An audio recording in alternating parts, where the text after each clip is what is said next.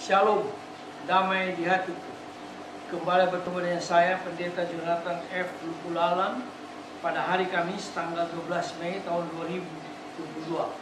Mari kita minta pimpinan Roh Kudus untuk pembacaan dan pemberitaan firman Allah. Mari berdoa. Tuhan Yesus, terima kasih atas nafas hidup yang Tuhan Yesus masih berikan kepada kami. Itu berarti Tuhan masih membutuhkan kami tinggal di dunia dan terus berkarya bagi Allah Tritunggal sesuai dengan karunia-karunia yang Tuhan berikan kepada kami. Saat ini kami mau membaca dan menyampaikan firman Allah. Biarlah Tuhan urapi hamba-Mu dengan kuasa Roh Kudus dan beri penerangan kepada pendengar yang akan mendengarkan firman Tuhan ini, supaya kami semua memahami dan mengerti akan maksud Tuhan dalam hidup kami. Dalam nama Tuhan Yesus kami berdoa. Haleluya. Amin. Mari kita baca firman Tuhan yang diambil dari Injil Yohanes pasal 16 ayat yang ke-5 sampai dengan ayat 11, tapi saya hanya akan membacakan ayat yang ke-8 yang berbunyi begini. Kalau Ia datang, Ia akan menginsafkan dunia akan dosa, kebenaran, dan penghakiman. Demikianlah firman Allah yang berbahagia kita membaca, mendengar, dan melakukan firman Allah. Tema kita pada hari Kamis tanggal 12 Mei tahun 2020 ini adalah hidup yang dipimpin Roh Kudus. Nah, saudara-saudara yang saya kasih dalam Tuhan Kristus, Yesus telah berjanji kepada para muridnya untuk mengutus Roh Kudus kepada mereka. Roh Kudus itu akan berjalan bersama-sama dengan para murid dan juga dengan gereja untuk memberitakan pekabaran Injil, untuk memberitakan pertobatan, keadilan, dan keselamatan. Nah, saudara-saudara yang saya kasih dalam Tuhan Kristus, Roh Kudus adalah sebetulnya Roh Yesus sendiri yang senantiasa hadir dan membimbing umatnya agar tetap beriman kepada Allah Tritunggal. Nah, saudara-saudara yang saya kasih dalam Tuhan Kristus, seperti janji Yesus sendiri, kehadiran Roh Kudus akan mengisafkan dunia. Gereja dan setiap orang percaya wajib mewartakan kebenaran daripada firman Allah. Juga tentang keinsafan itu.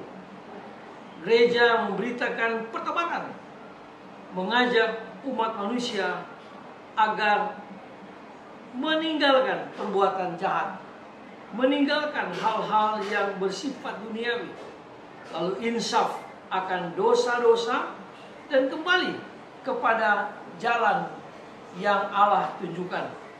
Nah, saudara-saudara yang saya kasih dalam Tuhan Kristus, pertobatan juga mengandung arti menempatkan jalan hidup pada jalan Allah sendiri di dalam Tuhan kita Yesus Kristus. Ketika kita dibaptis dan kita sungguh-sungguh sudah bertobat, maka kita dianugerahi Roh Kudus. Kita dipimpin oleh Roh Kudus. Kita dipenuhi oleh Roh Kudus. Nah, itulah sebabnya marilah kita memelihara dan menjaga kehadiran Roh Kudus dalam diri kita dengan senantiasa mau menyerahkan diri kepada Roh Kudus dan mau bertobat atas segala kesalahan dan dosa kita. Nah, saudara-saudara yang saya kasih dalam Tuhan Kristus, kita selalu insaf akan kehidupan kita yang diselenggarakan oleh Tuhan kita Yesus Kristus, dan Tuhan menempatkan hidup kita pada jalan Allah sendiri. Nah, saudara-saudara yang saya kasih dalam Tuhan Kristus, penghakiman terakhir bagi kita akan menjadi penerimaan Yesus akan diri kita. Nah, saudara-saudara yang saya kasih dalam Tuhan Kristus, marilah kita hidup dipimpin oleh Roh Kudus. Marilah kita minta Roh Kudus berdiam di dalam diri kita, dan kita terus dipimpin oleh kuasa Roh Kudus sehingga kita berhasil di dalam menjalankan kehidupan yang sesuai dengan kehendak Tuhan.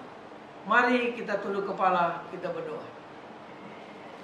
Tuhan Yesus, kami bersyukur Karena setiap kami yang sudah sungguh-sungguh percaya pada Kristus, bertobat dan dibaptis, maka Roh Kudus akan tinggal dalam hidup kami, dan Roh Kudus akan memimpin hidup kami, sehingga kami hidup penuh dengan kemenangan.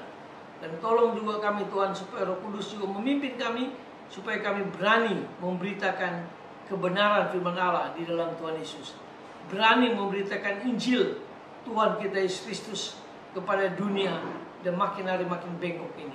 Terima kasih Tuhan Yesus, ampuni dosa kami, dengarlah doa kami. Dalam kasih dan pengampunan Kristus kami berdoa dan bersyukur. Haleluya. Amin. Terpujilah Kristus, sampai kita berjumpa di kesempatan yang lain.